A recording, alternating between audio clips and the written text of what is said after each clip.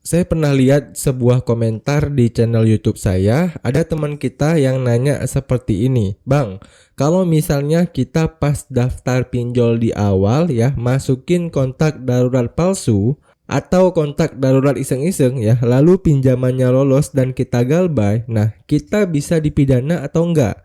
Nah, jadi intinya mungkin saat ini beliau sedang galbay ya di sebuah pinjol, dan posisinya saat daftar pinjol di awal waktu itu ya, dia memasukkan nomor kontak darurat palsu. Lalu DC dari pinjol tersebut menakut-nakuti dia dengan mengatakan bahwa dia bisa dipidana dan sebagainya. Nah, mungkin itu yang dia alami saat ini. Oke, di sini kalau menurut saya pribadi ya, hal ini tentu tidak mungkin bisa dipidana ya guys ya. Karena logikanya kalau memang kita menggunakan kontak darurat palsu ya, kenapa pinjaman kita ini bisa diloloskan? Seharusnya kalau memang kita udah menggunakan kontak darurat palsu, pihak pinjol kan punya opsi untuk tidak meloloskan kita.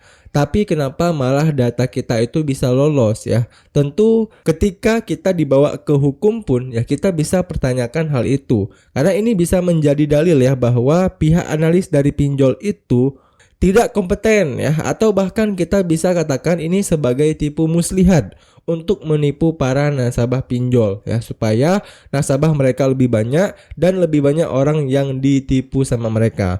Nah, kita bisa kembalikan seperti itu guys, kalau memang mereka mau membawa kita ke jalur hukum. Tapi faktanya hal seperti itu nggak akan pernah terjadi ya. Ini cuman akal-akalan oknum DC aja untuk mengelabui kalian. Mereka punya 1001 cara agar kalian terdesak ya dan membayar hutang kalian. Dan kalau kalian menemukan DC yang mengancam dengan hal seperti ini, kalian bisa coba diskusi aja dengan DC tersebut ya, dan tanya kalau memang kontak darurat saya palsu ya, kenapa pinjaman saya diloloskan bang? Nah, kalian tanya aja kayak gitu ya, apakah ini sebuah makar atau bagaimana?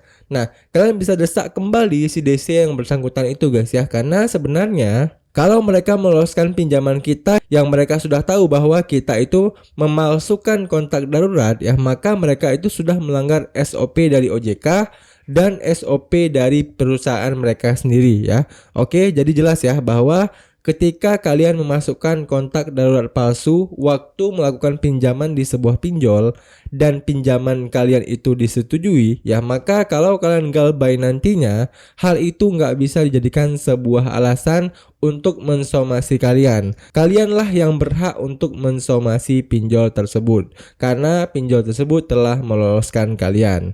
Oke, sebelum kita menutup video kali ini ya, buat teman-teman yang membutuhkan informasi seputar pinjaman online dan pay later, kalian bisa kunjungi aja channel Alpha Story ini. Karena di channel ini saya udah banyak membahas video seputar pinjaman online dan pay later ya, baik itu pinjaman online perbankan maupun pinjaman online P2P lending. Oke, sekian video dari saya, sampai jumpa di video saya selanjutnya.